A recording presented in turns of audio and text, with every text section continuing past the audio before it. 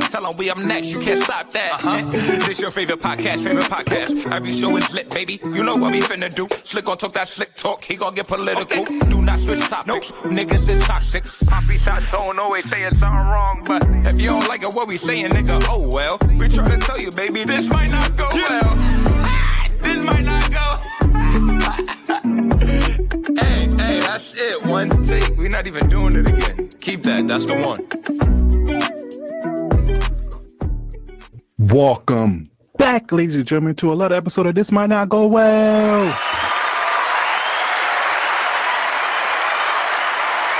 Yeah, episode 99. We in the building. You ain't know who it is. It's the host with the most, B Brezzy, aka Poppy Sazon. Yo, what's going on, everybody? It's your boy Slick Grayson. How y'all doing out there? Yeah. You already know how this goes. Please follow us on all social media. This might not go well. If you're in branded deals, business opportunities, please email us at thismightnotgowell@gmail.com. Episode 99. Oh, wow. We almost there, bro. The road to 100 is here, Brody. Weekly check-ins. How you feeling this week? I'm chilling, man. Just pushing through, trying to make it to this little mini vacation.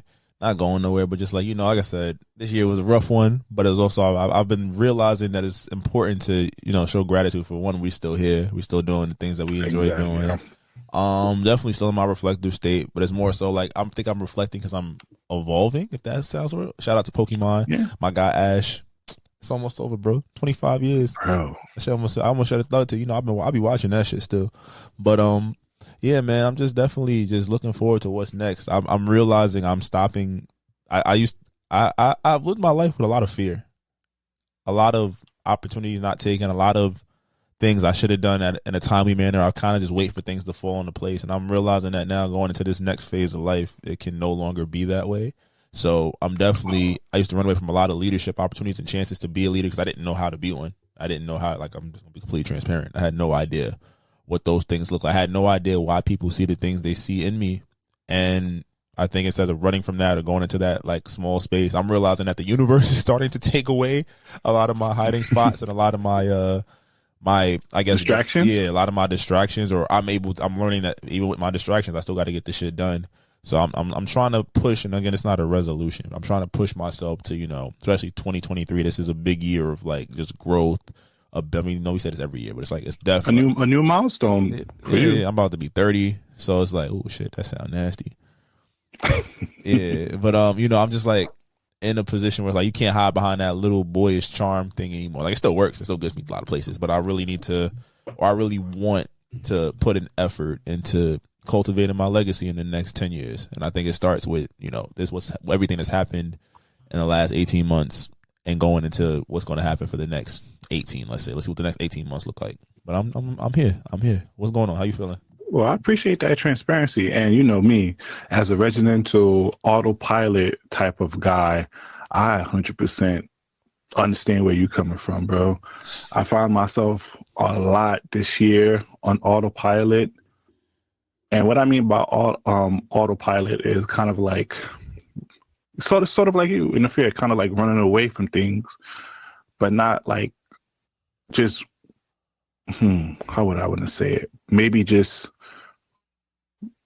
getting through the day, something like that. Just doing whatever you need to do to get through the day without really focusing on the same issue. So I agree with you, and I'm on that same type of path of just being uncomfortable. I think one of the biggest problems I have, and this is me being transparent, and this is not even a therapy session, is comfortability. And I think, it's not, being comfortable is not a bad thing per se. And I've been talking to my therapist, and I think being comfortable is not a bad thing, but it doesn't allow you to grow. And I think one of the balance of life is growth. Growth is not a super positive thing sometimes, and it's not a negative thing. It's a changing thing. So I'm trying to embrace that more for 2023 and trying to do more and do more, not trying to, sometimes I think we fall in love with the main character syndrome where we think, oh, the universe around me and the potential, this is protagonist story. But I know I could do more. So why not do more? Why be in that fearful state? And why not see what I can do? Because I was just doing some past reflection of just certain goals I had in mind that I accomplished back in the past. And I was like, yo, Brian, you really put your word, you not only you spoke into existence, but you actually put some actions behind it. There's some stuff, there's some thoughts in your head. Why don't you actually do the same thing that you did in the past and work on it and see if you can actually accomplish it? Why not? You got one life to live. You feel me? And especially we keep getting reminded by like deaths and tragedies. Let's not take it for granted. Big facts. I know you saw what I tweeted the other day about this change is always going to come. It's just like you got to be prepared for it.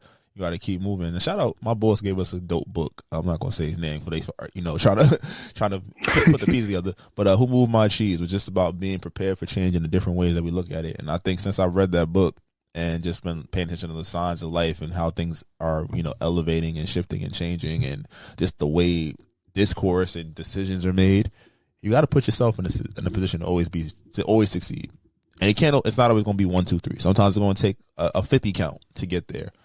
I think we've been very transparent over the 2.5 years we've been doing this about how, what we go through and, the feelings that come with being a black man in today's world. And it's like, I think our podcast is probably the greatest summation. We got to have fun, but we got to be professional, but we got to cut up. And it's like, you wear so many hats. I was in a week meeting the other day, and one of my coworkers referenced the fact that you posted the snippet about girls having cum in their food, and it's like, and I was like, oh shit, it's not gonna go well, and it was just with like laughter, and then like people were interested in the topics, not like they want to do it. I hope if you do, that's on you, but it was just one of those things where it's like, oh, okay, like these things as a society, we're growing, progressing, we're having these moments of just clarity and just going for it. So why not go for it? Oh, damn. I mean, that was great until you mentioned this. And I tell him, I definitely snitched and said that wasn't me. You could hear the whole segment. I was like, y'all are wilding the fuck out. But yeah, I did get some flack. Shout out to D. She was getting at me like, bro, what the hell? You going? I'm like, yo, I ain't gonna hold you. This off top. This is off the agenda. But as men, we gotta be comfortable being open when we have a special person. Now, definitely, I'm not telling you 6 months in your relationship, you start coming on pizza and making your partner eat it. You feel me? Yeah. I'm saying, once you find your special person and you have a great foundation, whether it's, whatever you believe in marriage and y'all are married or whatnot, hey, so regular sex get boring after a while. You feel me? Spice it up. Fuck it. Let's throw the docket out. Let's just go. This is episode 99. I don't know, bro. I feel you on that. I feel like though, which like, and I guess this is, I'm taking a step back, even dating wise, right? Dating, like what's the term they use? Vanilla? How vanilla people are.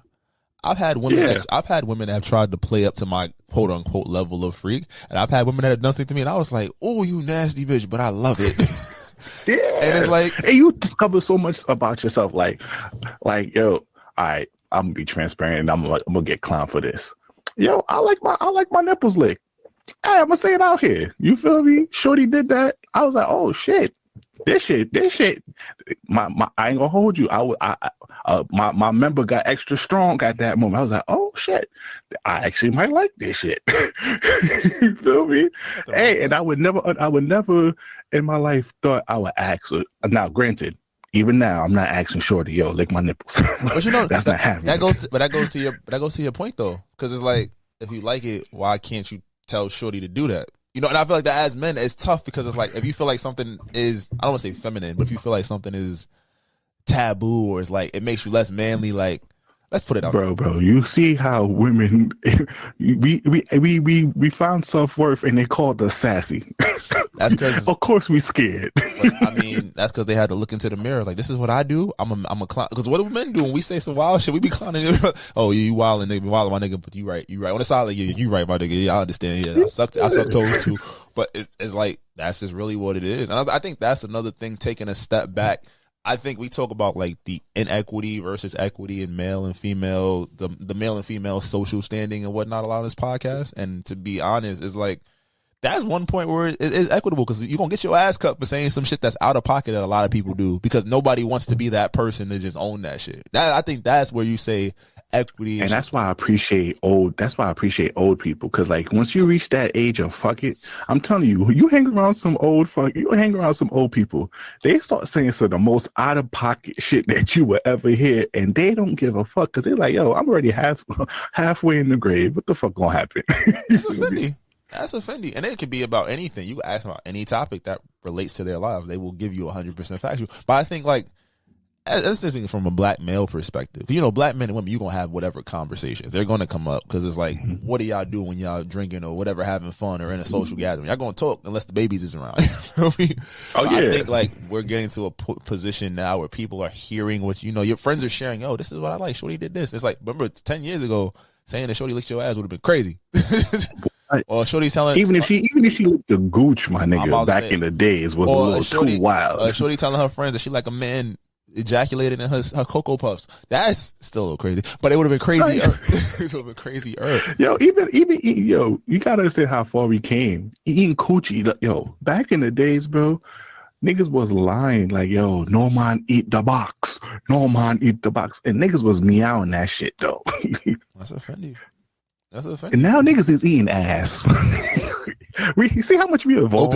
Openly. That's the wild part. It's like, it's open. Like, what? Like, yeah. Like that's a sentence. That's a sentence start on a date. Like, yo, you eat ass? Yeah. I remember I blame Janae Aiko. I definitely she made that shit public. This might not go. I was doing that shit before Janae, but I was smiling about it after. Like, oh, look at you, nasty bitch. You telling on us. Hold on.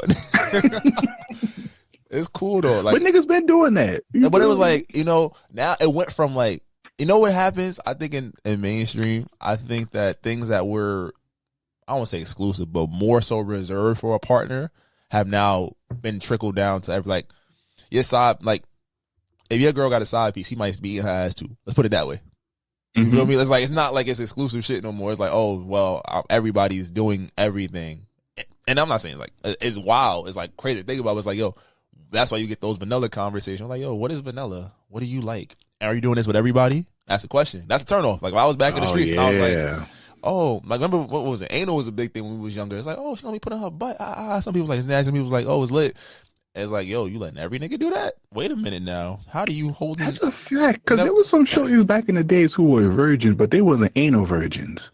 Shout out to y'all, though. I want to know how y'all doing in life. But I'm just saying, like, you really think about it. It's like, yo, now it's like, yo, you do that with everybody. Like, oh, I give amazing head. Who dick you sucking? What's the deal? It's like, what you mean? Facts. Who taught you how to suck dick? Not worried about that, but I'm like, yo, we just talking of, we was in like that sneaky link or that not friend stage, but you know, like, there's no title to it. Like, all right, technically you could be out here sucking another dick. Wait a minute now. Yeah. And it's like,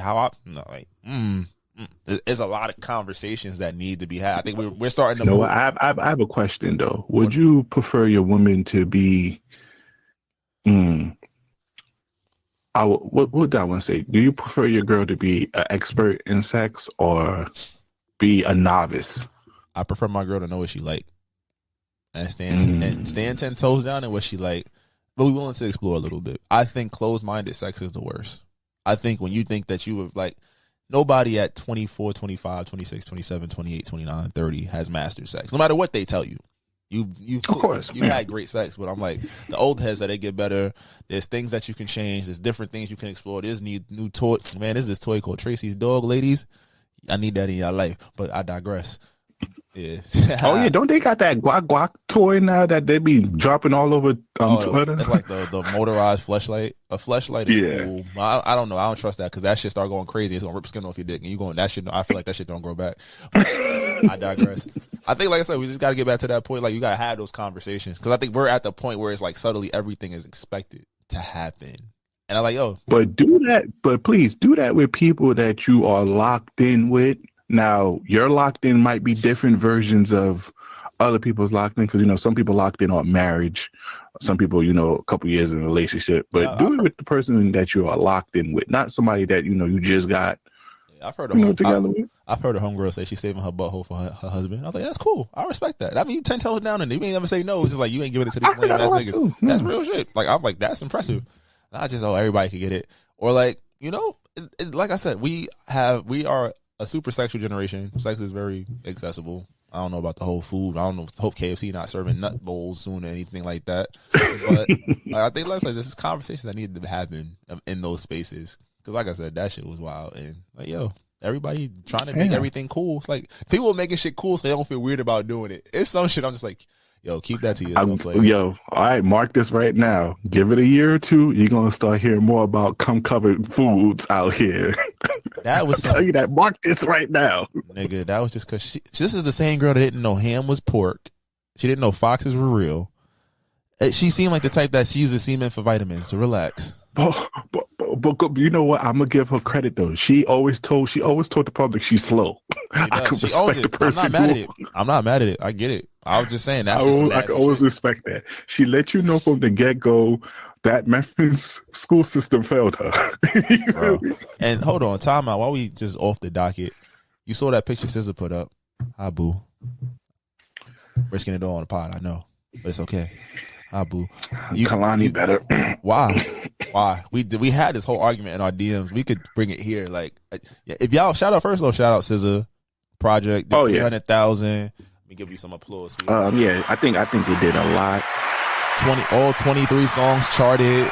Like, she did numbers. Biggest R&B streaming ever on Spotify. Like, Project is dope. Is it controllable? I ain't gonna hold you. Those concert tickets, 700. Sure. Yeah, nah, I'm not going out. So I'm not going to nobody fucking concert no more. This is how we moving. Like, that's how y'all just trying to recoup the money from COVID. Yeah, miss me with that. I'm sorry, but nah. When she put up a pic and you sent it to me, I was like, I ain't gonna hold you. Shit is alright. That shit was. She went to the good surgeon. You feel me? She had something but time. It was 5 years. And before y'all get on me talking about how she said it. She said it in her song that she got her body done. I ain't gonna hold you. You remember last year when she was limping in the Grammys? Mm-hmm. They said that she just got off the BBL table. Niggas was coming. Niggas on Twitter be on some shit. Probably did, but nah. I'm still standing by that Kill Fuck Marry. SZA is the one I'm taking down.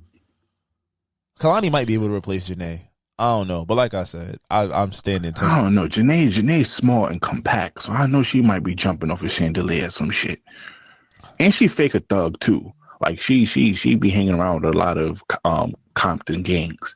So she might want a thug love too. So like, hello ass. You know that rumor that skinny girls take good dick. Like everybody be going for the thick girls and all that, but hey, all my skinny girls, I know y'all could take a mean beating. I don't think I've ever been intimate with a skinny girl. Look at that. I said that so professionally. I've never been intimate with a skinny girl. Have I? I only had one, and she was amazing. Shout out to you, mama. Keep doing your thing. Hope everything is all right. You raising your kid well. What the fuck? Oh my god! Nah. What? I'm giving shout outs. I'm trying to think. Maybe I might have had one. Now that I think about it, it was yeah. That statement might be factuals. I mean, we did go up that one time, man. You know what? Let's continue.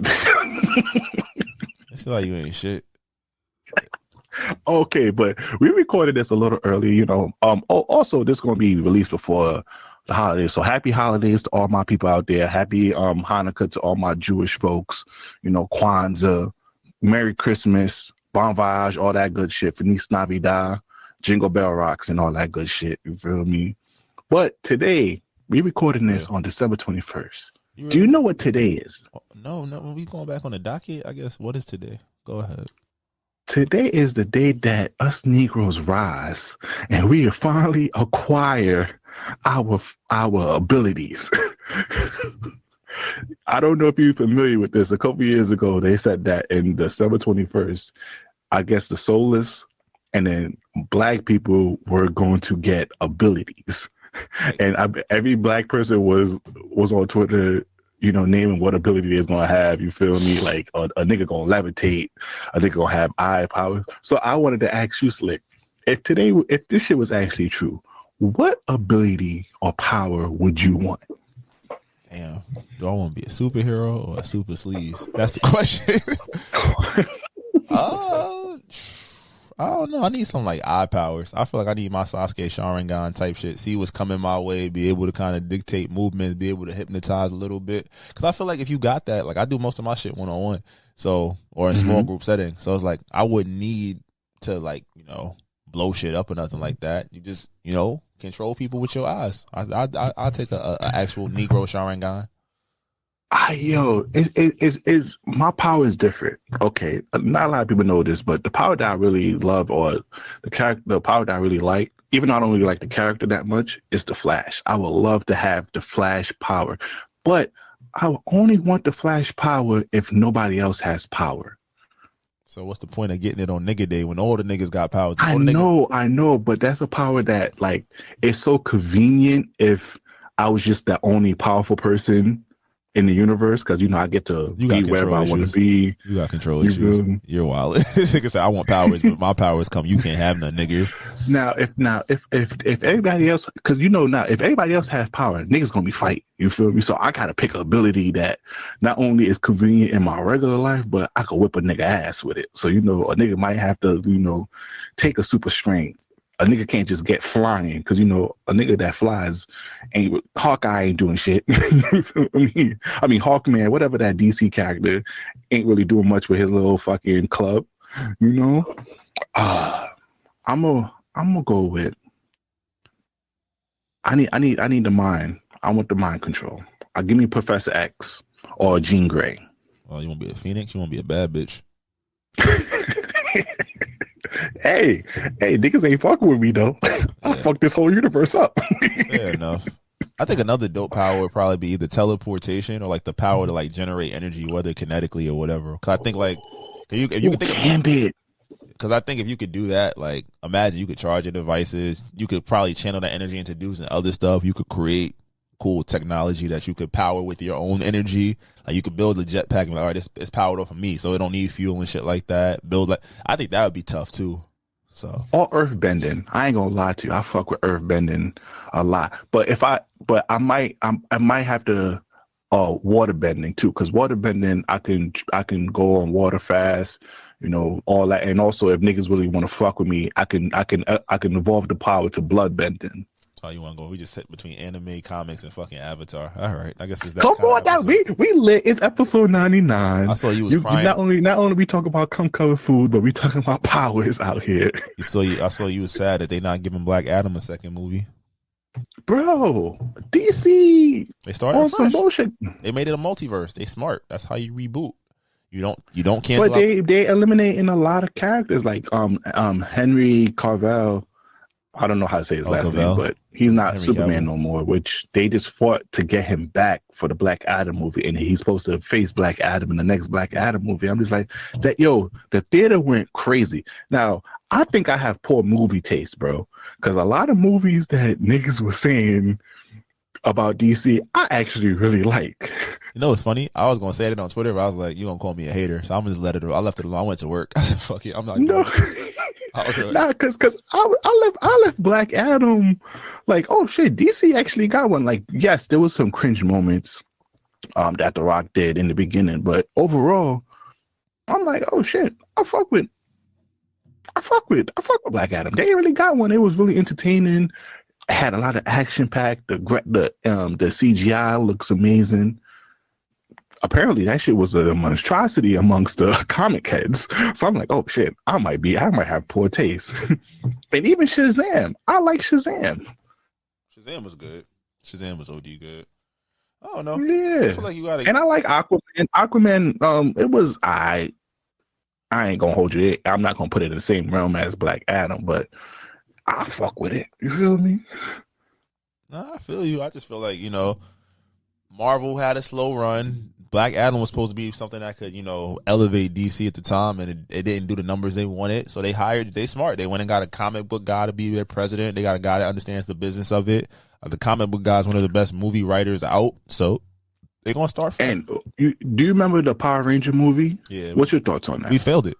Somebody tweeted that today and I agreed it. I saw that shit 4 times. I'm a Power Ranger stan. Bro, apparently it was trash. It wasn't to trash the public. It wasn't trash to the public. It was, you know what it was? When you think about Power Rangers, because it got a 5.9 out of 10, 51% but Rotten think about what they did. Think about what Power Rangers is. If you really think about it, it's plot. It's recycled footage from a Japanese Super Sentai show. Yes, I be knowing. And oh yeah, Kami Rider. There's no what's it called? There's like romantic interests aren't really fleshed out. Ever since season Power Rangers in Space might be one of the last times they really fleshed out like romantic characters and like had really deep plot threads. Yeah, but it was never the strong suit. Like it developed, every episode developed like one character slightly, and it was like it never carried over. It rarely carried over from one episode to the next. Every season was a different team. This movie was like the Breakfast Club gets power. I can argue that yes, it was 2 hours and they didn't start fighting until the last 30 minutes. We had an hour and a half of just straight character development, which probably would have served better as a mini series and a movie. But you developed the characters. You included people of color. You included the LGBTQ community. You gave us a great tease for Tommy's development. The suits looked cool. Yeah, the suits looked cool. The Zords, like I think what they did with Goldar and Rita, like Rita was the original OG Green Ranger, which explains why she has why Tommy would be the Green Ranger coming up, why they would be on the same side. I think it was dope. I just feel like you had great guys. Oh, and think about it. All the people in the main movie, they're like major stars now. Like what's the name? The Blue Ranger is in Rap Shit. The Red Ranger, the Cray Montgomery, was in Stranger Things. The Pink Ranger was in the Charlie's Angel reboot. She's done several other movies. Oh yeah, I'm looking at the cast list right now. These are some people that are doing stuff. Right, Brian. They had Bill Hader. Bill Hader was in there as Alpha 5. Right, like it was a great movie. It had great potential, but there was no direction from the studio with which way to go. Ooh, who was it? Yeah, they did. You're 100% correct. They do have a lot of dope people that are popping right now. I'm about to watch that shit tonight, high key. But it's one of those. Yeah, that's why. Because I was always wondering where's the part 2 coming, and I was like, and I kind of forgot about it. But the thing is, I'm showing y'all how big a nerd I am. I'm sorry, and if y'all bored, y'all can fast forward to the talk section. But Netflix bought Power Rangers, so Netflix is distributing the next season, which is like the 32nd season. It's 10 episodes, original suits, original fighting. Like, it's a continuation of the last 2 seasons. I haven't really watched them too much. I know that they were really, like, in terms of, like, out of 30 seasons, they're, like, considered top 10 type shit. So, it's like, and once again, you get that Netflix bag. You're getting 10 episodes. You're not getting the usual 20 to 30 or 40 episodes. So, it's going to be plot straightforward. It's a chance Power Rangers is about to get a reboot. And I think they're going to move into, like, that, teen angst, the thing Netflix does so well with young dramas, and you add the action elements to it. Like Netflix, if there's one thing Netflix can do with an original series, it's that they can develop young characters and give you great action. Power Rangers, we need to add a little maturity, a little gore to it. Let's see where we go. Yeah. All right. So let's just run through this docket, even though fuck this docket. If something come up huh? interesting, fuck this docket. If something come up interesting, but whatever. Let's talk about that's this. A fact. Let's talk about the whack shit this week. All right, Leon Messi. Is he the Lionel Messi? Relax, Lionel Messi. I don't know. I don't watch. You wildin'. I don't watch soccer. That's the GOAT. That's the GOAT. Don't do that. They will have my Puerto Ricans, my Dominicans, my Argentinians. They be wildin'. Relax. Nah, they going crazy in Argentina. Like, I saw the video, my nigga. They said they had over 10 million people out there wilding. They found his house. He had to be helicoptered, like escorted away. Now, is he that probably was the greatest? I'm put some respect on it. Football game ever, like the back-to-back scoring, and I don't know how you pronounce the French guy name. Mbappe. He scored 2 goals in 1 minute and 30 seconds. Nigga, I'm about to do this nigga in FIFA. He's on the same team with Messi in FIFA. That's the crazy part. And Messi, Neymar, under 2 minutes, bro. He brought them back. Niggas don't understand how hard it is to score goals in football. Like that shit. The usual scores in football games are 0-1 or 2-1. Ain't really. This shit was 3-3 plus penalty. Yeah, nah. It was a great game, one of the highest scoring games in World Cup history, and it was like a prize fighting match. Argentina went up early, whooping ass. And when you thought the French was out of it around the 78th minute, Mbappe gives you back-to-back joints and gets you another one after Messi gets his third. Right? It's just like you got the 2 best players on the field going crazy, and it comes down to penalties, and the Argentinian team did not miss. And it's crazy because France won 4 years ago, so it's like. You win 4 years ago, you come back, you come in runner up. It's like, it makes you a fan. I think that's something. Like, I think black people don't play or watch soccer, like American blacks, because, score would be too low. And soccer isn't as heavily marketed in this market. In America, yeah. In the American market. But I think this might lead to an influx of investment within American soccer. And, they'll be showing, I know they do show Premier League games and the other big European League games, but it's like, it's sporadic. And to my knowledge, I don't see them on all the time. But like, I was at the bar last night just having solo dinner and whatnot. And they had like a soccer recap. And I was watching that shit like, oh, them niggas right there, boy. This shit fire. Then they put the Knicks game on. I was like, oh, all right, the Knicks is doing their shit too. Okay. But it was I was enjoying that. The Knicks is on the roll. But shout out to Lionel Messi. And it was so big. That shit you was doing was corny, my boy. I know they paid you to go out there and try to interact with them. That you was trying to make that World Cup about you. That shit was corny. And they got people talking about you, which is cool for you, I guess, because at the end of the day, as a social media creative, you do just clout gets you where you need to be. But yo, you was really doing the most for a photo op. Come on, my boy. And also, who was that nigga in Argentina? That nigga that got the golden glove, whatnot, and he did that pose. Oh, he was humping the thing. Yeah, I was he like, brave. what the fuck? He brave. They killed. You can't have sex. You can't drink. You can't do nothing over in Qatar. So, God, I hope he made it home. That's a fact. All right, real quick. I don't want to stand on this too much. I just found it crazy on this case, at least. Harvey Weinstein was found guilty on Monday. A prevalent person in this Me Too movement. He got found guilty, and he's going to be, facing up to 14 years in prison, and he's already 70. So that's a death sentence. That's all she wrote, bro. It's over. Click clap. Goodbye. Yeah, but I only reason why I brought this up, and we're not going to stay up too long on it, is that a lot of black cases was getting a lot of recognition throughout the media, and hold and behold, this court case here barely saw the light of day in black media. Not black media, but just in media in general. And I found it real little crazy. The Tory Lanez and Megan Stein is catching more exposure when this guy is actually really nasty over here, raping and using his power for evil. You said it. He's white. Media don't care about white men doing nothing. It's not in their best interest.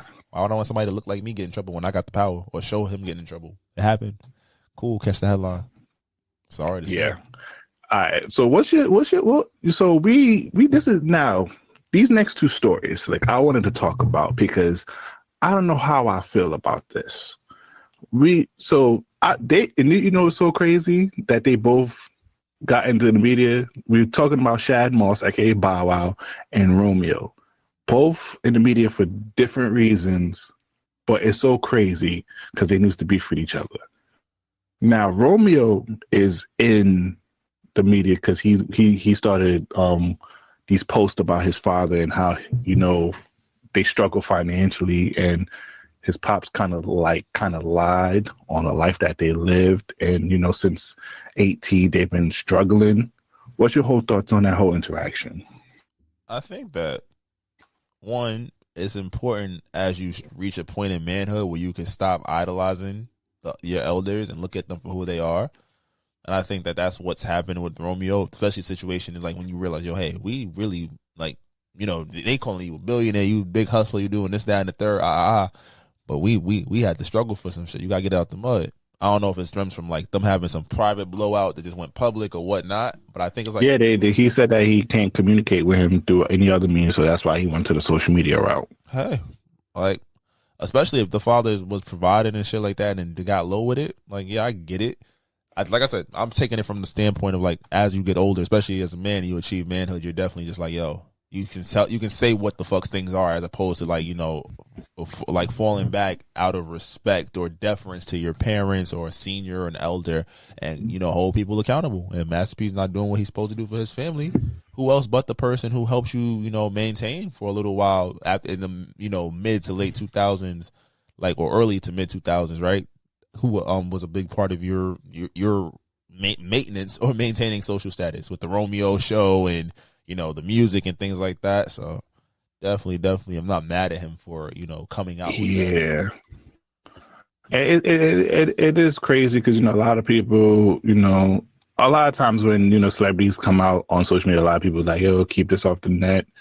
But I can understand how he said that he exhausted every other option and it ain't come out. But side note, I knew he was doing bad when he was doing them ICDC ICDC college. You're like, you went to USC, bro. Come on, though. But I just find it hard because it's kind of like, especially with just parents and I think we talked about this previously. It's like that age where you find out your parents are not superheroes and they are human. That is a tough day as a kid. You feel me? When you realize they don't have all the answers. They're not the superhero that you think they are. They can't solve everything. Like, they are humans. They have their flaws. They have their own things that they have to recover from. They even have their own trauma. Even with my parents, I feel that type of way. Like, it was kind of hard. It was kind of like a reality check. And it's just crazy. It sucks that, they're public figures. So when these things come on social media, it's kind of like, damn, it ruins that facade that we have. But yo, all my people out there, like, your parents are human. And I'm not saying that's a bad thing. And it's not, and it's not, I'm not saying it's a good thing, but they are human. They make mistakes. They have that. Just, hey, as long as they can get back together, and I think they did. I think Master P released a video addressing certain things. So now Romeo is receiving his first check from the rap snacks. I think hopefully they make it through. Now the Bow Wow and Jermaine Dupri situation gets a little iffy though, because Jermaine Dupri recently had an interview where he claimed that basically the idea of 106 in Park was him. Like, he basically kind of created 106 in Park. Now Bow Wow took it upon himself on Twitter to be like, no, you did not. And basically you kind of undermining the BET execs and everything along that line. And it just kind of went until he kind of like try to separate himself from Jermaine Dupri. And it came to a point where the Brat had to step in and kind of call them out and be like, yo, this man has done everything for you, and you publicly go against him all, like, every few years. What is your problem, sort of thing? What's your thoughts on all that? Oh, that's tough. I did see the video of Jermaine Dupri basically insinuating that he started 106 in Park for Bow. I'm like, these old niggas be lying. Just like, we got selective memory. Yeah, it's like he might have been in a meeting, but they might have already had the show coming out. It wasn't just for Bow Wow, but Bow Wow was probably one of the most iconic people on 106 in Park. In terms of Bow Wow, like, calling him out, like, I mean, as you get to manhood, some shit sounds, you think about shit and they rub you the wrong way. And I'm not saying it's right or wrong, but I'm saying, like, But I don't know if you follow him on Twitter, but he, like, everything he's saying, he's like, yo, I learned the whole game. Because the whole story, like, Snoop Dogg, he got some connection with Snoop Dogg. I think that's his uncle or so. And then, Snoop Dogg connected him with JD. And then JD kind of took it from there with his career and blah, blah, blah. And so while he was kind of like clapping back at people getting at him, he was kind of like, this kind of discrediting Jermaine Dupri, and I didn't really like that, because Jermaine Dupri he never said nothing bad about. And this is not, yeah, and this is not the first time that Bow Wow has taken shots at Jermaine Dupri before, when they had, like, probably disputes, and I don't like that. I feel like sometimes when we do get into disputes with other people, we forget what people have done for them. Yeah, people. You can say whatever you can say about Snoop Dogg giving you the opportunity or teaching you the game and whatnot, but that man right there, he put you on. You're right. And you was calling him father for mad years, and he allowed you to, and he has no blood relations with you. Maybe they fell off. Maybe they're not working as much as they used to when he in his bag. I'm just saying, like, as a man, I get it. Like, again, right or wrong, you're going to feel the way about some of the people that you came up. But you're right. If, like, you put me on, there's respect. But if we're being honest, one, Bow Wow does have a habit of trying to drum up headlines for every once in a while. We can't lie about that.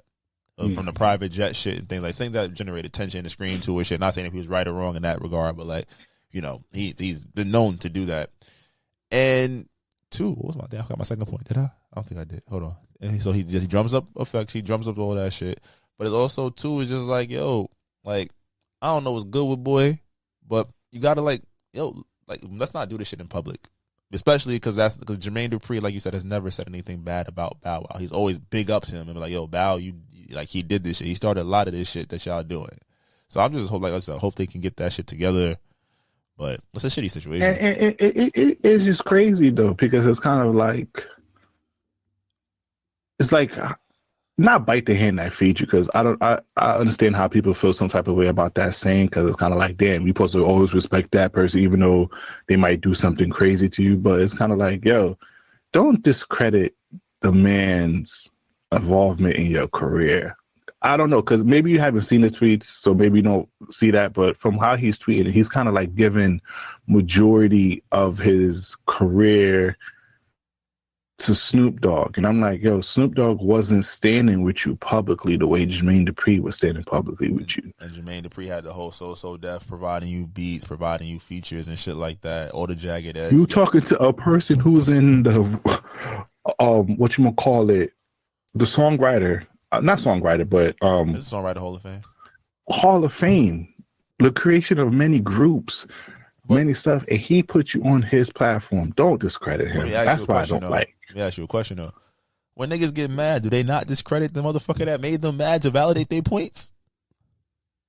But I always think that's corny. Like, I didn't say it was right, but I'm saying, does that not happen? In 8 out of 10 arguments you witnessed or even been a part of, somebody is going to discredit a lot of what you've done for them or a lot of what you've meant to them to validate their feelings in that moment. And it's a shitty thing to do, but people still do it.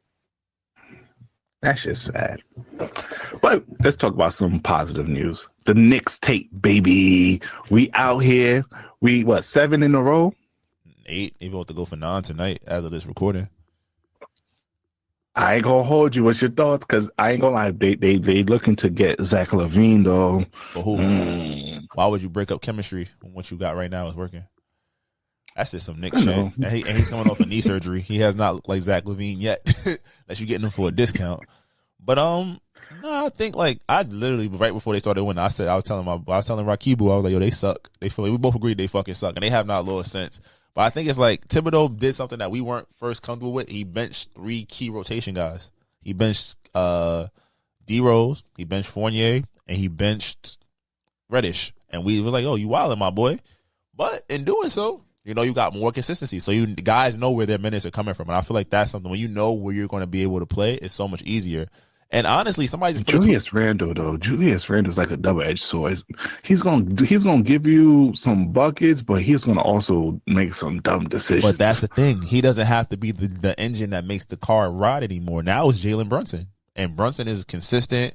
He knows when to get guys shots. He knows when to get his shot.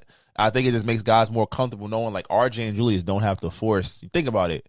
They're averaging similar numbers to what they averaged last year. But the efficiency, especially in like Julius's case, has been immaculate. Because like he doesn't have to pound and dribble the ball 35 times to go and then drive left into a double team and be mad he doesn't get a foul call, right? RJ doesn't have to try to outrun people and shoot a bunch of excess jump shots. They're both getting 18 shots a game. But then you got Mitchell Robinson looking good, like an elite role player. Quentin Grimes, who we didn't trade, I understand why. Because you put Donovan Mitchell out there while he's right now. I'm not going to front. D Mitch might be top 10 in the league. Who's playing defense? Yeah. Who's playing defense? Who's just spotting up? Who's okay not taking a shot till the third or fourth quarter? Who's okay, setting the screens and moving to the corner? Like, you feel me? RJ looks like he had to get in line for a little while. He had to figure out, all right, well, I don't get to just dribble the ball and, take 25 shots. I'm only getting 17. I'm getting 14 to 18, maybe 20 on a good night. You feel me? So I'm definitely liking what I see. I don't think they're going to go anywhere. I think Shaq and Chuck said it last night. The Knicks ain't winning nothing, not even a round. But there's still time. Come on now. Can we get one round? But think about it. All right, who's above them? Boston, 76ers, Cleveland, Philly. No, I think we was in 4th place. We're in 6. And it's one more team above them. It might be Atlanta. All those teams on paper and in reality, when healthy, are better than us. Oh, we're 6. Wow. And we would play either Milwaukee. Oh, and Brooklyn. I'm wilding. So we'd play either Brooklyn or who's third? We could give Cleveland a run for that money though. Not in a 7. Healthy? No. Because we match up at every position and they're better than us at every position. We need to whip the Hawks' ass though. I ain't gonna lie to you. I would love to have that when they're healthy rematch. When they're healthy, they're better than us. Trae Young is better than Brunson. DeJounte Murray is better than Grimes. RJ and whichever forward they're trotting out there, it's a wash. RJ's not offensively talented enough to completely dominate a matchup in a playoff series yet. That's why we need Zach LaVine. Get him back to his old spirit. Again, who do you trade? I mean, I know they was trying to fake shop Cameron Reddish. Yeah, I know that's been they the had rumor the for a ammunition while. for a big trade, but it's like unless you're getting a Shea Gilgeous-Alexander, unless you're They're not letting him go. That nigga been balling. That's exactly clutch. I know they released some new awards. Clutch player of the year. It's already that's over. my vote. It's already over. It's like he's got like 4 game winners already. It's over. Yeah, but like there's not many guys out there that you could say could come in. Like this Knicks unit might top out. They might get to 5 if they're lucky, based on injuries and the fact that they are like Obi's not hurt. Like I'm looking at the way that they've drafted. They've drafted guys who, yes, there's no superstar, but those players can play. And like I said, you could consolidate. Like they got the big contracts for Rose and the big contract for Fournier. The hell, that's the feds coming? What? I ain't even say nothing. That shit sound crazy. But they got those big contracts. They got all them draft picks. They could go get somebody, but it's like, what do you get? You feel me? Because you would say in a perfect world, yes, Randall's been playing well, but is this the new normal? Or is this just he's riding a hot streak? He's been getting to the free throw line. Will he perform like this when it counts? Because when we did make it to the playoffs, that nigga was ass cheeks, sweaty ass cheeks. So I don't know. Like I'm content. Like if they were to make the playoffs, cool. But it's like again, this is one of those drafts where it's like shit. If you were in the 10th pick, you got a chance to get a superstar. I mean, you always have that every year, but this is one of those deep drafts where it's like there's talent there.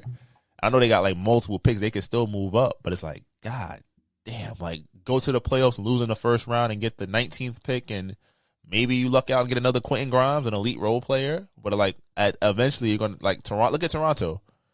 They had elite role players, so when they got a Kawhi Leonard, it was lit. It was on site. It allowed them to push them forward. Yeah. But the thing about it is it's been the same stuff every summer though. Oh yeah, a new superstar is available.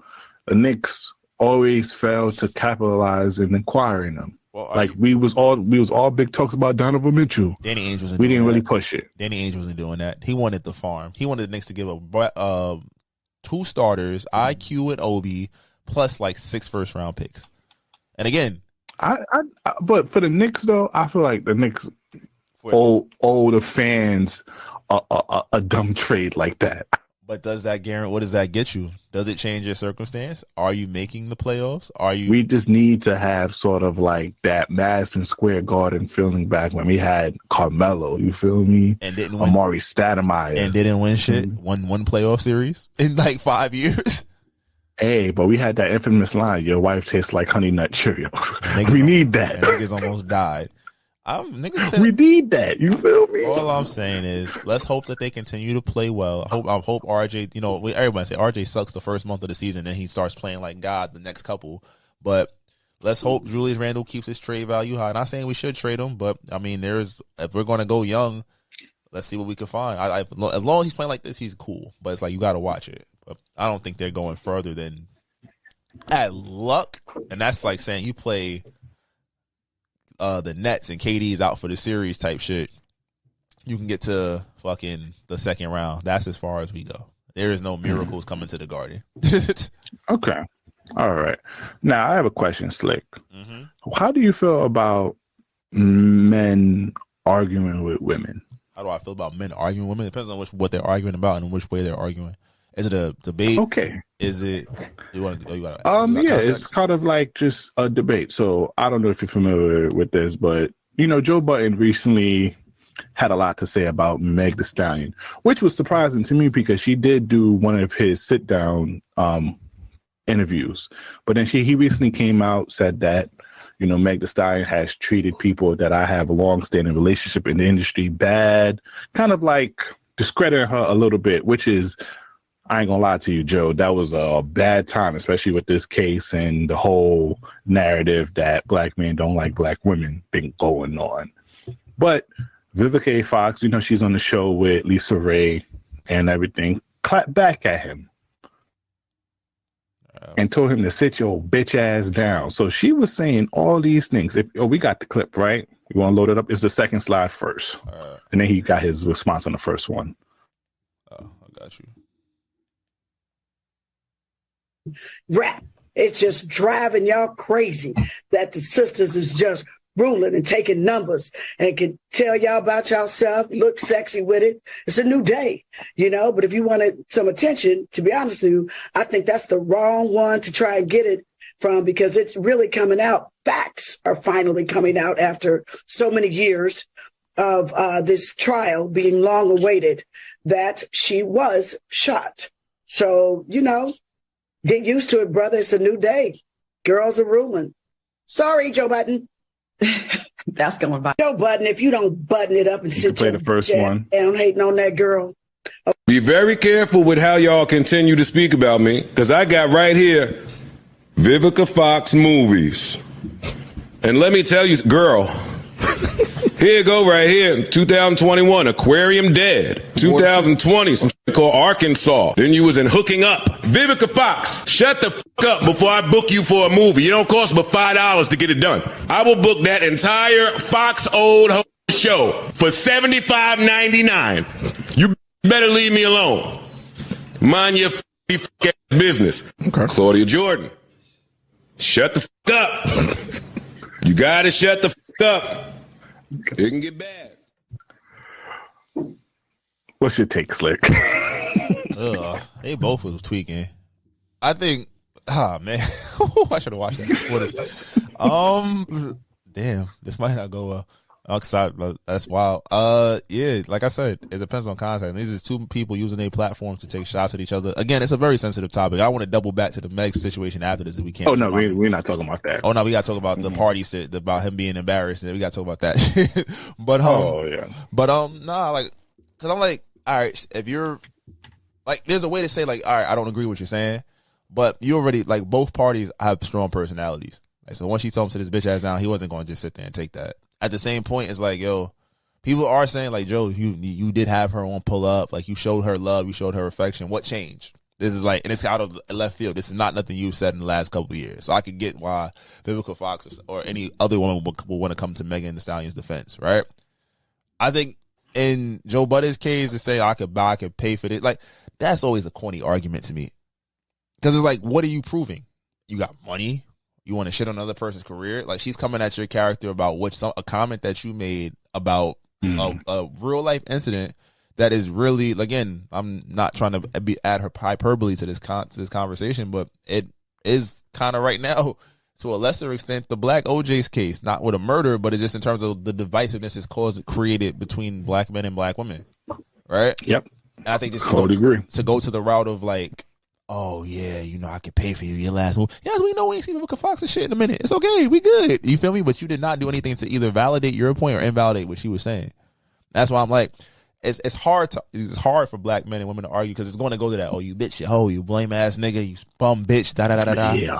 Instead of being like, yo, what are we really arguing? Even when you argue with your lady, you got to really be very strategic. And ladies, like we said it, like girls cut deep, but it's like, how does you cutting deep? How does that impact what we are trying to accomplish or what we are discussing right now? And I think that's just the biggest point. And you 100% correct. It doesn't really accomplish a lot. It doesn't. It actually hurts us more than it helps us. And let's not front like Vivica Fox wasn't that girl back in the days. I ain't gonna lie. She's the first one that I know that was licking man's ass. She licked 50 Cent's ass. You feel me? Shout out to her for being a pioneer in that regard. Vivica A. Fox was that girl, especially Lisa Ray. Claudia Jordan, I don't know what work she did professionally. I know she knows a lot of famous people. I don't know about her acting career, but Claudia Jordan is good people's. But I think Joe Budden was standing up for the people that he was cool with and that expressed what Megan did to them before this. But like I said before, this was just horrible timing. But I say all of this, Slick, with the whole argument and stuff like that, because this year was like the year of arguments. A lot of back and forth, a lot of black women versus black women, black men versus black women, a lot of dating things. And Webster just released the word of the year. Can you guess what's the word of the year, Slick? I don't know. Ratchet, tussle. Gaslighting is the official word of the year. And I think that fits this year perfect because I ain't gonna hurt you. I never heard of gaslighting before, but this shit been tossed around like a hot potato this whole year, bro. Oh, how you feel about that? I mean, gaslighting is like the new toxic. Remember toxic fun shit. You know, I'm a member of TXE. But wait, hold on. But let's give the proper definition. Gaslighting is the act or practice of grossly misleading someone, especially for one's own advantage. Yeah, don't niggas do that every day? That's but some of y'all, we gonna get to this in our some of y'all we gonna get into this in our toxic segment. I just wanted to bring this word up so y'all can get some context when we do this toxic segment. Some of y'all be using gaslighting when y'all have the choice, but you want to be naive. And I'm not putting no gender behind it because guys do it too. Guys be naive as well. Y'all be naive, but then when shit don't go the way that you want it to go, you quickly attribute it to gaslighting until the person misled you into this. And no, you was fully aware. You just chose to ignore it. Absolutely. Always. All right. I don't want to talk about Elon Musk. Elon Musk stepped down. Twitter is trash now. Hold on. Wait. We supposed to double back to the message. What do you think about the statement that came out that's like I know I don't want the part about her wishing she got shot. That was just terrible. But like regretting the embarrassment she brought to her man. What was your thoughts when that comment came out? Oh, that's tough because it depends. Was she honest with him? She would have to be, right? I'm gonna assume Megan is smart enough when she know this was going to trial and she started dating him and it because they've been together for 2 years now. After the situation, that at least in year one, she would be honest about her dating, like especially when she knows, because the argument, the defense of Tory's, this is not a new argument that's been out.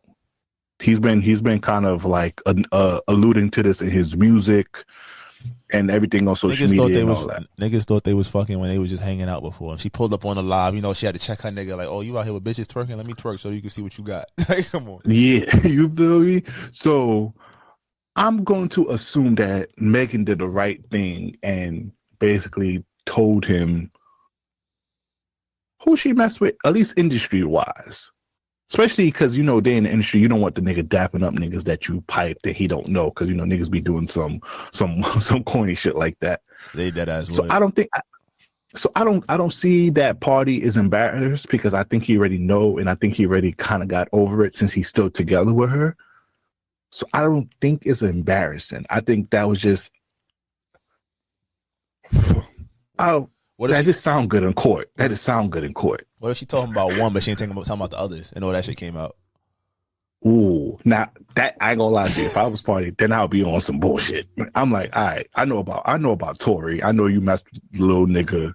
All right, cool. But Ben Simmons, that nigga was like accusations. Who else? The baby, like, again, chemistry wise, you could see it. Like you could tell who your girl would fuck or probably did fuck based on chemistry. If you really pay attention. But before that song came out, they was cool and they was performing together in concerts. Yeah. So it's kind of like, wait, hold on, you was performing with a nigga that you beat and you didn't. You ain't say nothing. Oh shit, you lost him. Wait a minute. Then you got in trouble. They came for your ass. Oh yeah, but that shit sound crazy. You performing with a nigga, you making songs with a nigga that you beat, and I'm with you. Hold on, and you didn't tell me. Yeah. Is that so? But I don't think he's embarrassed because I think Megan is smart enough. I'm gonna give her the benefit of the doubt and say that she did tell niggas. Are people smart enough? We're gonna take away from Megan this time. We're going to flip it a little bit. Are people smart enough, or do they not go do? I'm going personal. In my life, when it comes to self-preservation and relationship preservation, both myself and women I have dated have lied about completely obvious shit just to make sure that, you want to save face in the moment. No one is going to go to court. No one is going to come out. So do you think just because I'm just asking, You're giving somebody. You are so control. You are so right, because there are certain women that would take a secret to the grave. But it doesn't matter that it was announced in court. They showed paperwork. She's still gonna be like, no, I did not. Like, nah, I wasn't fucking. That bitch lying. You feel me? But that's the thing. That's why I'm saying, like, as a man, and this is like just coming from the perspective of, like, I've been there, done that, had this shit. Not like I've had women lie to me about their actions and what they were doing, and I've lied to women about it on the flip side.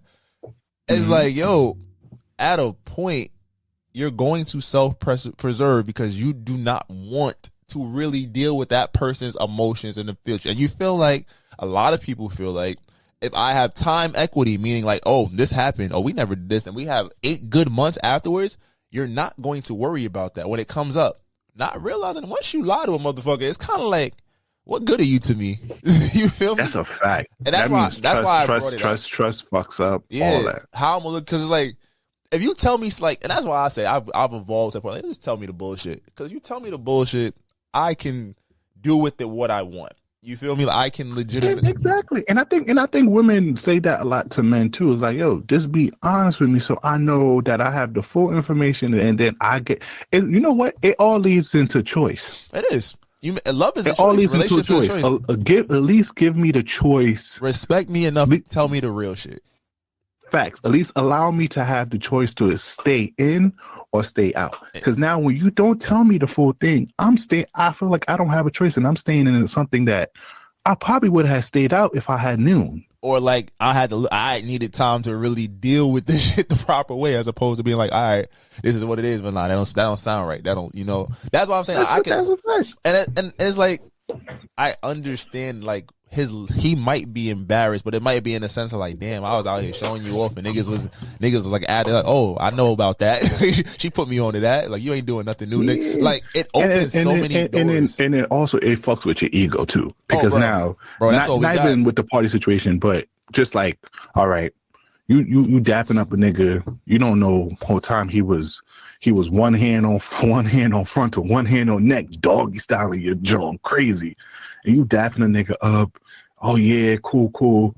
And then it came out and she don't tell you. The thing about it's not even that. Is when it comes out and she doesn't tell you. Because now you're looking at your partner. And matter of fact, I shouldn't put agenda behind it. When your partner doesn't tell you and you looking at your partner like damn, motherfucker. I have to find out from here while you've been laying up next to me and you couldn't even put me on. That ass. I'm gonna feel embarrassed. I'm gonna feel insecure. I'm gonna be honest with you. I don't know about you, Slick. I'm gonna be insecure. And it's like, I'm gonna feel hurt. I'm gonna look at you different from now on. And then you add the element of like, I'm just gonna use the Meg situation as, and then women could be mad at you. Fine, this might not go well. You got the persona is, ass shaking, free, ratchet. She did the Young Miami episode, and they was just basically saying how they want to fuck each other. And then she's like, he don't like that shit, but I don't care. It's like, all of that shit, that factors in, because it's like, you're not taking feelings into consideration. You didn't take my feelings before. You're not taking them now, and you're making light of other situations because you want to do something. How am I supposed to move forward with you in that space? That's why I'm saying, like, the impact. And now from far on, your actions, I have to look at it. I have to pay attention to everything. No longer I can have like a freedom mind, like, oh, you going to the club with your friends? Oh yeah, go. I don't care. Because I think we're on the same level. We locked in on the same type of timing. So you found out. But now that I know that we're not on the same type of timing, I might have to keep my eye on you. or I have to be a dickhead now. You feel me? So now this relationship is up to smoke now because of my insecurities. It can still work. I just feel like now it's headaches. It's little headaches that didn't need to happen before. That's why I'm just like, I saw that and I sympathize with, because like I was like, if he's a real man, no. Because what is the one thing about men that we tell y'all? It's like, if a man cheats, he conquers something. If a woman cheats, and I'm not saying she cheated, but if a woman let somebody else be, it's like that they had you. Like it's a one up. Girls can lie about their bodies. They can. But when it come out, it's like, yo, damn, my nigga. Like, especially if we supposed to be here, like, what do you want me to do with that? And then they be telling you like, oh, it was a mistake. It was in the past. It shouldn't matter. We're doing so well right now. It's like, it's not about that. It's about you not allowing me and giving the opportunity. You have to understand what respect means a lot to men. I'm not a woman, so I don't know how much respect means to women. I think it means a lot. I'm assuming it means a lot. I think love outweighs respect on that scale. Of course. But respect means a lot for men, especially in a relationship. Like, I expect my girl to respect me while she's outside. And before you girls start typing, oh, what you mean respect? She don't own her.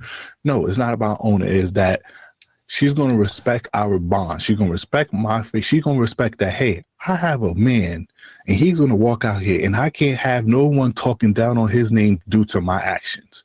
That type of respect. Word. That's real shit. And it's like, for the woman that I was like, she got name, shut your lonely ass up. You feel me? 8 out of 10 so times. It's kind of like I don't like when I feel like there's a loss of respect in this relationship, that's when you are not going to get the love that you require in the relationship the way you want it. Absolutely. And it's not about give and take necessarily, but it's like, yo, this is just like, how do you expect me to continue to do all these things that you want me to do when I know when I'm not around? Even sometimes, even in some situations, even when you are around, you're not getting that respect and you're not seeing, oh shit, I should just admit this, or this is happening. I got put it into, blah, blah, blah. So I just want to see, look, you're scared. Because the thing about it is just allow me to have the choice. Yeah. Because I guarantee you, okay, I'm not going to, you might disagree with me, Slick, but okay, if a person cheat and whatnot, if you tell me straight up, I'm, and this is generalization and I'm going to make an assumption, you have a better chance of working it out than him finding out from someone else. Mm-hmm. And immediately reconcile. I feel like over time, depending, I agree with you. Because I feel like if you tell me it's going to hurt, I'm going to have my moments. I'm definitely going to be a hoe for a little while. I'm not going to lie to you. But and also public-wise. Because if he finds it out from public, he's going to be like, oh, shit. So I'm the last person. Multiple people know about this. A lot of people know about this. But if you came up to me and came into a bud, I could control this. I can stop people from knowing and my face card and whatnot. Nah, like just like is it at the end of the day you don't be like neither party gender wants to be embarrassed. But I think it's for like nobody wants to be embarrassed in public. Like, oh, you was wilding, like everybody knew. Mm-hmm. Where the fuck was I? You feel me? And just like it's a tough sell. That's why I was like I can totally sympathize with that man, regardless of whatever he's gonna say or whatever. I just feel like that's tough. Because when you love somebody, again, and I guess this is another, like, not deep dive, but, like, when you love somebody, a lot of times, you don't shake certain habits, or, like, you don't cut certain things off as fast as they should, or, you're still trying to, be sure what you're doing, and you're not really immersing yourself in the relationship. Because you made an investment. Yeah. Let's be honest with you. Relationships are investment. You invested financial, emotional, physical, spiritual, physical, mental, all that above. You made a tremendous investment. Of course, you're not trying to leave that. Absolutely. You've seen this shit about the attachment styles, like there's the anxious attachment, the others like 4 attachment styles or some shit. I think I might have it's weird because like what happened? You potted now. I like this. I gotta find it. Hold on, I think I might have it on Google, but it was not. It was just something interesting. It's like basically there's 4 attachment styles. There are anxious, avoidant, disorganized, and secure, right? Anxious is like you want the relationships, but you give a lot to make a relationship work. And when they're threatened, you try to control the situation. You got avoidance who like when a relationship starts to go bad or they feel threatened, they withdraw from the situation. You got disorganized who, under duress, they demonstrate mixed signals or appear to become disassociated, or they might also become emotionally flooded. So their personality becomes really unpredictable. And you got secure who kind of like they have no fear of compromise or being over controlled or suffocated. It's like, all right, I'm here. I'm in this. Like, let's go. I saw this pop up and I'm thinking about like, how does these things show? Like, I'm wondering how, again, just doubling back, how is our Megan and Party showing these attachment styles? Like, what do you think is like your attachment style? You feel me? Cause I know for years I was definitely anxious, anxious or an avoidant. Oh yeah, I'm more. Oh, hold on. This is hard because I'm looking at this right now. You could, and I feel like they could change depending on the person or the situation or how you feel. Like with time, like I definitely used to be an avoidant.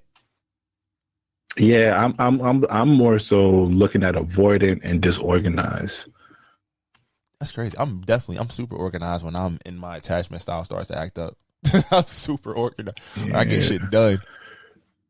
Because it's kind of like, damn, I want like, because you know what happens, you remember the good times, and you know there might be moments where y'all have that moment where y'all kind of revert back to that good side, but then your mind works and then you remember that stuff, so then you just kind of like push away. You're kind of like, oh shit, I can't let her get too deep now because she hurt me. Yeah, that's some real shit too. I feel like when you are going through some shit, like some pain, emotional pain, especially for women, you know, a lot of women that go through that once their partner cheats on them, it's kind of like, damn, like I want to love you like I loved you before, but you hurt me. Yeah, how do I forgive you? I think it's on both sides. I wouldn't say it's just women. I think like I saw, what was it, a meme? I think it was a meme. It was or a TikTok video. That's why I say I stay off TikTok for real. But it was like when she hurt you, and then the dude, every time she asked you how your day or anything like that, you'd be like, fine. You don't really allow them that space to even know much about you because you don't want to put yourself, like men and women really do not go together. You feel me? That's why I was just like, that's just an interesting take. And then I started looking at the attachment styles. I think the goal is to be secure. You know, we need to bring we can't say female host, right? That's not politically correct. Or woman host. I'm just gonna say woman host to save us. We can't bring a woman host. We're gonna bring a woman host and see what women would do with that. I think this is an interesting conversation that we should have in because I could see, even from my personal experience in past relationship and even with friends from both genders, I see how a lot of times where, especially the secureness, I ain't gonna hold you, there are certain women that I know that secure attachment where they're kind of like, yo, you kind of stuck with me. I invested too much into this.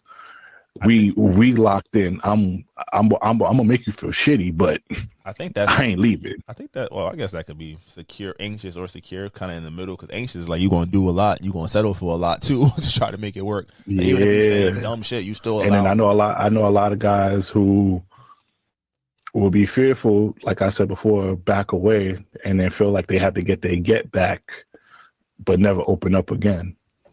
Yeah. That is a thing. Okay, we're gonna save that. I came to ready for the song of the week? I guess. All righty, it's the song of the week. If you are listening to this on YouTube, please exit and go to your favorite streaming platform, whether that is Stitcher, Spotify, Apple, you name it, and we are there. I just realized we're on all Samsung TV, on all Samsung apps. So if you got a Samsung TV with the podcast app, you can listen to us on your TV. But that's not what it is. You can go to our Apple Music playlist where you can find our previous songs of the week. All righty, brother, what's your song of the week? Jacquez dropped a nice one featuring Black and some of. I got nothing but bad bitches on my roster. Ooh, back in my days. Oh man, you know. But once again, please go support his album Paper Route Frank. Once again, he's 100% independent, so all the money goes to his wife and children. Please go support Young Dolph. RP the Dolphin, you feel me? But you can find our rest of the song of the week on Apple Music playlist. But that's not what you're here for. You're here for the people's choice, the people's favorite, Slick. Drop it. I can be toxic, but so what? You gonna love it here. Shit, what is you talking about? We have fun over here. It's very fun here. And it's fun indeed. Welcome, ladies and gentlemen, to the TSA, the Toxic Service Announcement. All right, Slick. This might be the one that they get us out the paint. The women, I'm going to put a disclaimer. And usually, you know, they call me PC God. They say, yo, Brian, you PC. You got to get back to your old form. I might, depending on how this conversation goes. But I want to give a disclaimer. When we talk about women in this stuff, this is from experience, not only personal, but through witnessing other things. So please, if you episode 99, Slick, if you care for the TSA, you've been a fan of us. If you listen to episode 99, you know how we get down. You know we love women and Black women. So please don't sit here and get us out the paint.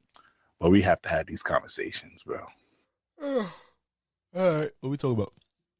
All righty, man. First of all, we got 2 topics. And the first topic I want to talk about is Brittany Renner. Now, Brittany Renner, we talked about her plenty of times, especially when the debacle to PJ Washington. And she just recently did an interview where she expressed the regrets that she has. If you want to play that clip. How I allowed myself to just be like used up by men. And that came from a lack of self-worth. I did not understand my value that I was born with. I didn't. And I gave, again, people look at sex differently, but sex is spiritual unification. At the end of the day, I don't care how you spin it. It's spiritual. For women. Okay, for women. Whatever. Yeah. Okay, fine, for women. It's spiritual unification. And people that I shared my body with, when I think about my list, it's repulsive because they didn't deserve it. But that was an outcome of me discounting my worth. And it's disgusting. I hate even having that spiritual tie in any type of way. But yeah, I would absolutely change sexually how I move around. And not even necessarily because of like the societal outcome. It's more so how I allowed my.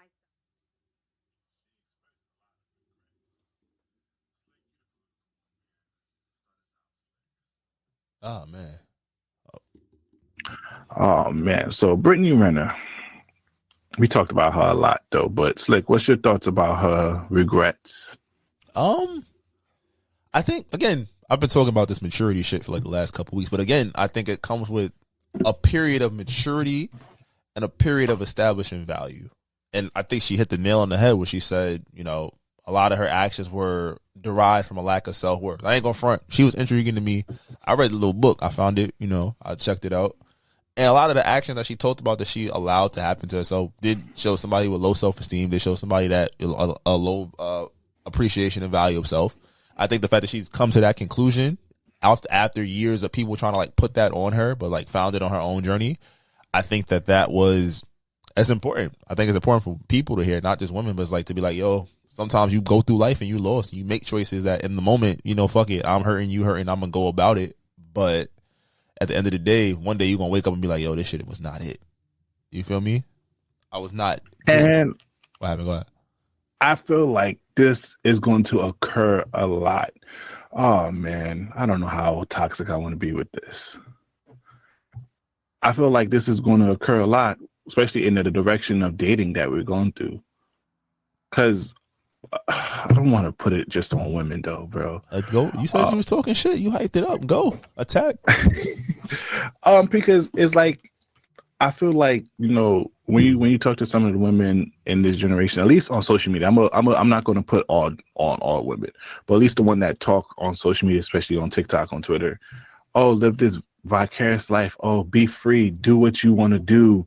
It's empowering. Oh, you know, don't care about nobody else. Do not care about anything.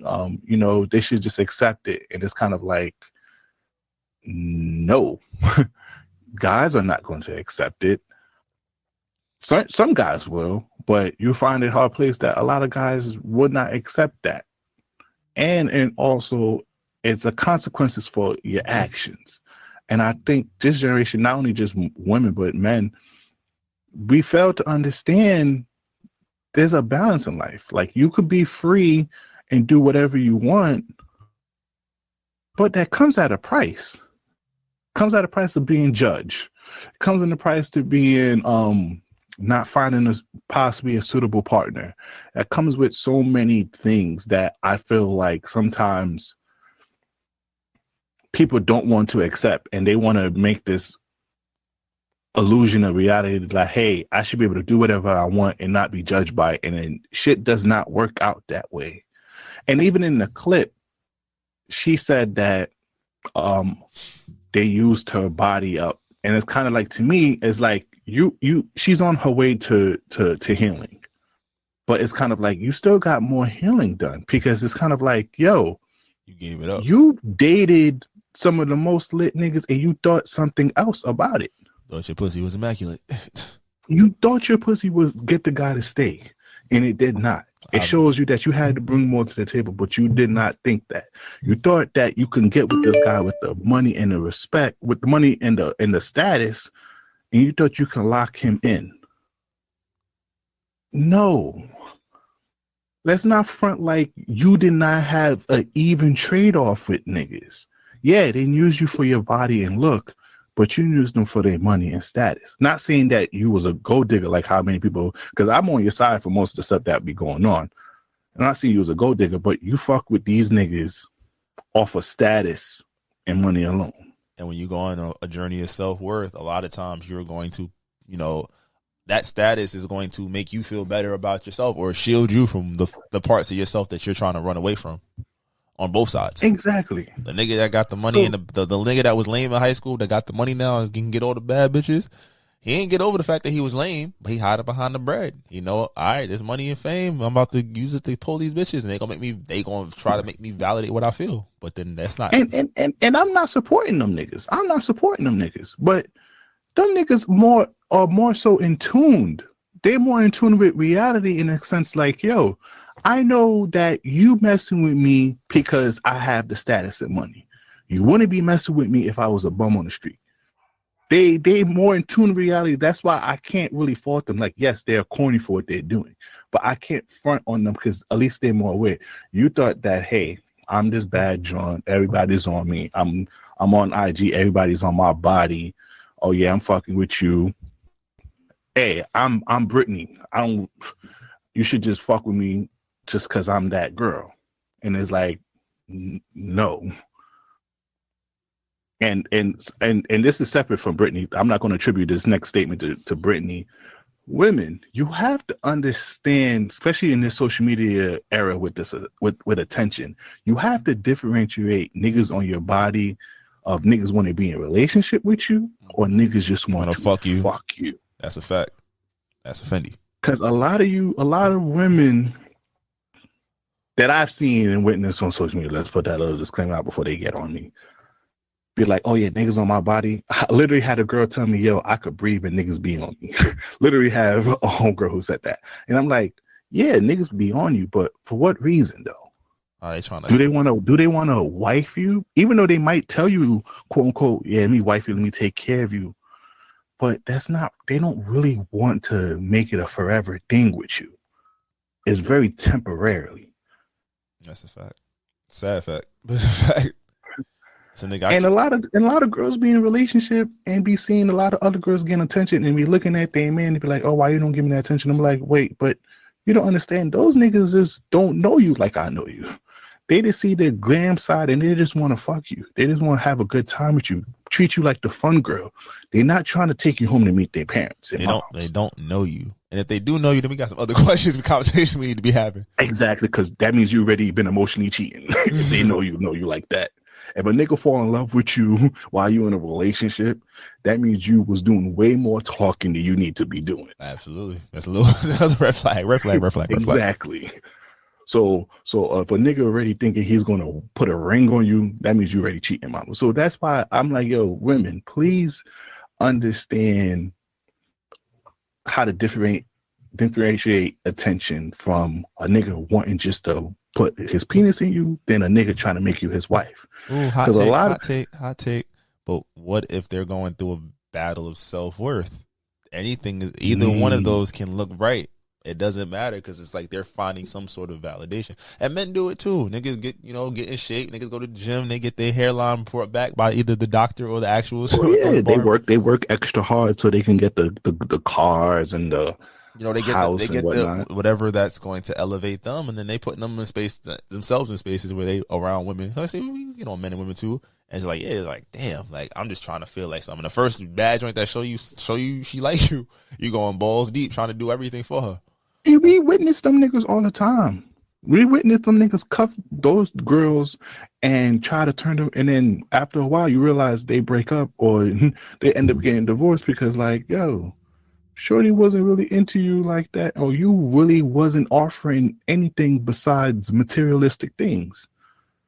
And that's what, and we can get on fellas too. Yo, fellas, stop leading off with materialistic things and expect the girl to ride or die with you. I think we said that last time. Like, we maybe was talking more about drug dealers. Like, yo, you think you shine well with gift and you think Shorty's gonna ride with you when you go to jail.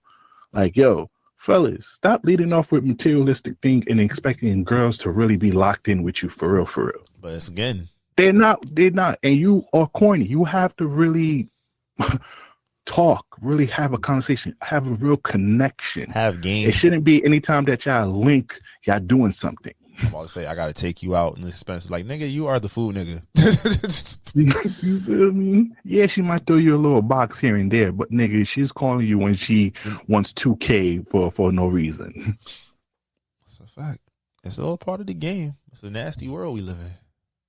Nasty world we live in. And it's going to also be the nasty world with the next topic. We want to play that video. 1 second. You want to preface it? Oh, male honesty. Do women really want it?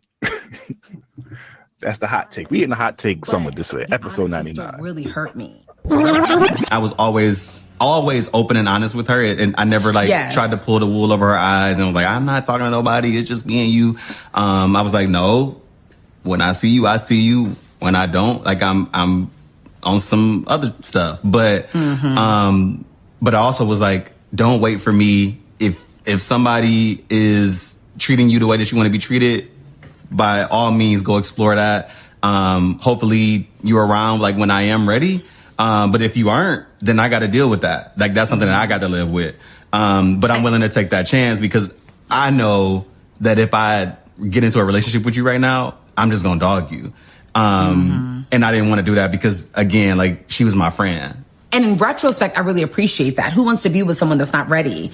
Who wants to have to give someone ultimatums, which I never did either, which I'm grateful we never did that type of stuff. But I do need to give you credit for, Daryl was always incredibly honest. Yeah, you were always incredibly honest, but the honesty still really hurt me. Now, I don't mind the woman in the video. Amazing. Shout out to her.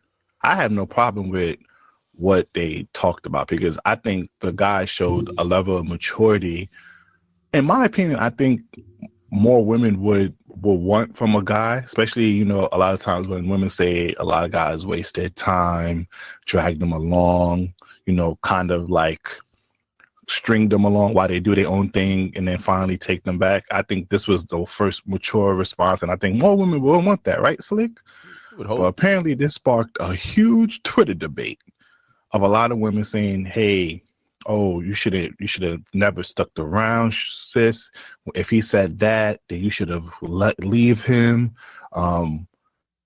What else they were saying, Slick? Hold on. Pretty much things along the line of like you can't do that. Like he's being too him being honest had you looking stupid out here. Blah blah blah. What's your whole take on that? When regards to the video, I mean the video, like you said, there's nothing wrong with it. It's like, yo, if I respect you, I guess we get to that respect. Ladies, if a man respects you, he will tell you the truth about his dealings and actions early on. Just to be like, yo, look, I'm not ready. I'm not here for this relationship shit right now. I'm not. I would like the fact that he told her directly I would dog you out. Like that's real shit. That's me telling you like I like you. I'm not going to pretend I don't. And I respect you. Once again, respect what we talked about before. What men think are essential in relationships, right? And and it's like I think it's like she said, like I appreciate honesty, but it still hurt because it's like you're not getting what you want. And I think that the comments are reflective of it's not all, but certain women in the generation who are so accustomed to getting what they want or told that they're supposed to get everything that they want. And then when it's not happening, it's like, well, you're a fucking idiot. I don't want, why would I wait? And also a lot of them saying like, the bar is low. It's like, the honesty is just enough to make you wait or come back to a person who isn't ready to choose you or recognize how worthy you are the first time like you did.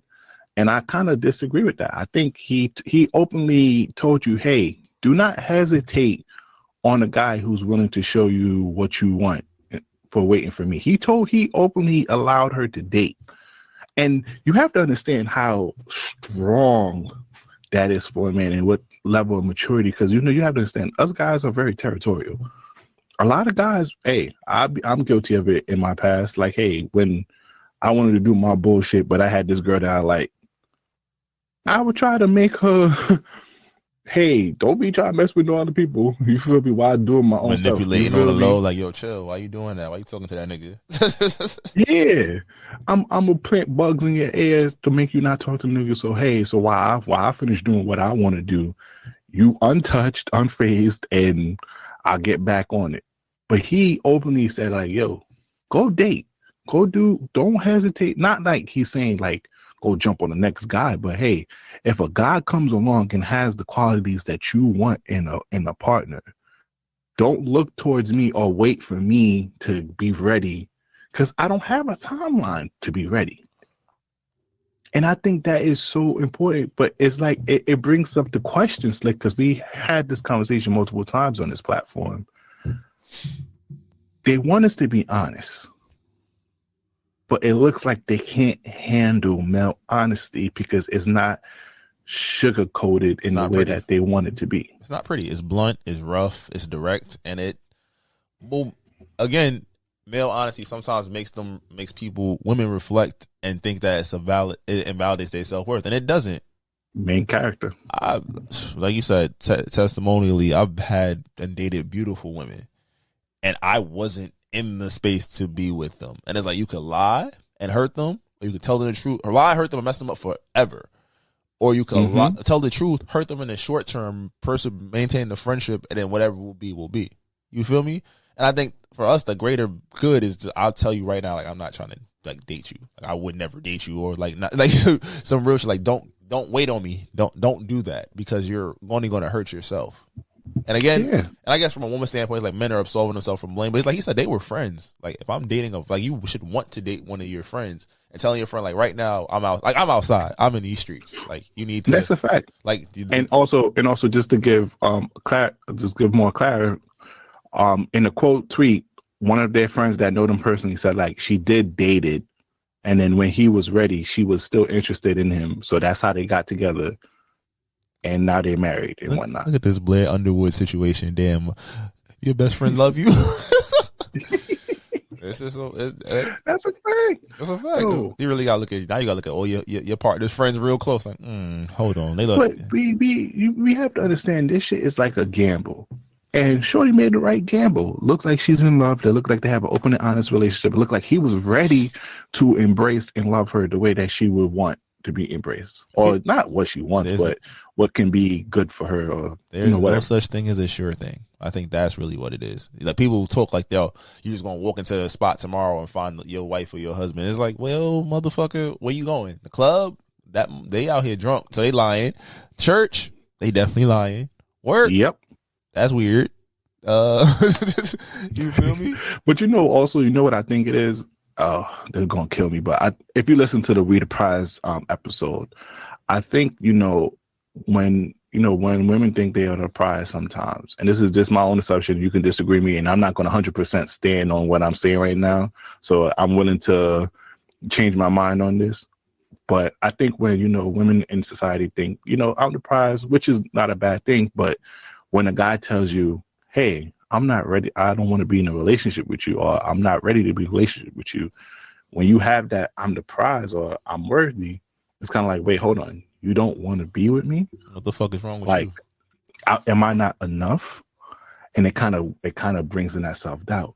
But what I'm also upset about the comments under this video is he gave her the choice. And what we talked about in the previous topics, like, as long as the person gives you the choice, you can't be mad at them. You can't be mad at the person. It comes down to you being mad at yourself. Yes, it's a certain level of accountability that you have to take. Because now, if he stringed you along and he told you, yeah, let's continue doing this, and he wasn't ready, and mind you, he was trying to get himself ready, however he wanted to get himself ready, he didn't give you no choice to back out, because he sold you a dream, he sold you a lot, but he told you straight up what it was, what it is. Gave you the option whether to stay, not even stay, but whether just to, hey, stay or wait or do your own thing, probably check back. But long story short, he gave you options, choices. Now, whatever choice you make is what you have to stand by and accept accountability if it does not go your way. But it's kind of like, what can we do, Slick? We can't do we be honest? You're asking me like morally, or do we sell lies, or do we sugarcoat it? We're not bad. This is toxic, but not too toxic. What I have learned in my 29 years is that it's better to be honest. Exactly. And I think that not just I guess this might be selfish. I don't like hurting people, but I think that I understand what dishonesty has done to me in my life, and I would never want to put anybody through that, even if it's going to hurt them. Now, I think when you talk about honesty, there is always the line of omission. Like, you're going to not tell everything. But I think that you should be as honest as possible, just to ensure that, at the end of the day, you can't say I was leading you on, I was lying to you, I wasn't, doing right by you. And you made the decision I gave you the choice to make the decision. Like, you chose to stay. You chose to leave. Like, okay, I can live with that, as opposed to me lying to your face and then months later you're still upset about it. I'm like, what the fuck am I supposed to do with that? Like, I told you what it was, even though I'm clearly doing the opposite. You feel me? Mm-hmm. So that's just really my point on that one. Yeah, and I totally agree with you. I don't like hurting people. I don't like. That's why, maybe this is a bad reason not to cheat, but I don't like that. I don't feel like you hurting you or making you feel like you not worthy or you not enough. Because I talked to a lot of women who did get cheated on, and they be feeling a sense of void. Like, what did I do wrong? Yo, bro. Did I not do enough or anything like that? Mind you, it's just him and his insecurities or him and his internal battles the reason why he goes search for other coochie. It's easier to fall into something and deal with your shit. So I like to be honest. Now, trust me, I was never that way. I was selling the dream back in the days. Oh, at my younger, absolutely, I was lying. Oh, that's a fact. I was lying, and I'm actually being honest feels so good, bro. Because I could sleep well at night knowing that nobody in this world could say like Brian's stringing them along or telling them a lie. I'm trying to think. Like, I think I tried to be honest. I think just if we lost communication while some shit changed, I wasn't updating you. I think that was where I went wrong with some situations. Oh, yeah. But I was like, I'll be like, I'm not ready for a relationship. I'm not ready to do this, that, and the third. And it's like, and politics. In my years of being honest, like, karma wise, it feels amazing. I ain't gonna lie, the pussy rate is low because when you be honest, sometimes it be like, oh damn, you're not selling me what I really want. You're not giving me what I really want. So it's kind of like, damn, no. But there are some girls who are respectful of honesty and still might, you feel me, do your thing. But fellas, I just express to you to just be more honest out here. Not only feels good for yourself, but also just gives women the choices to make their own decision, and that's really empowering women. But niggas lie to get pussy every day. Niggas lie to get pussy every day though.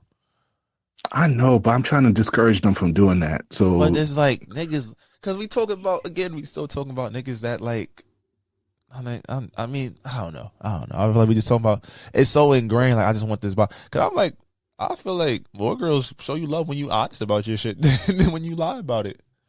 Yeah, certain though. But to be honest with you, I gotta disagree a little bit because I know them niggas will be trying to be honest with women like that, but they still kind of sugarcoat it just a little bit. They don't really be as direct. Honest. Well, I think they're not going to. Like I can't fuck you, bitch. You crazy? You can't go say that. They're like, I'm not there right now. Yeah, but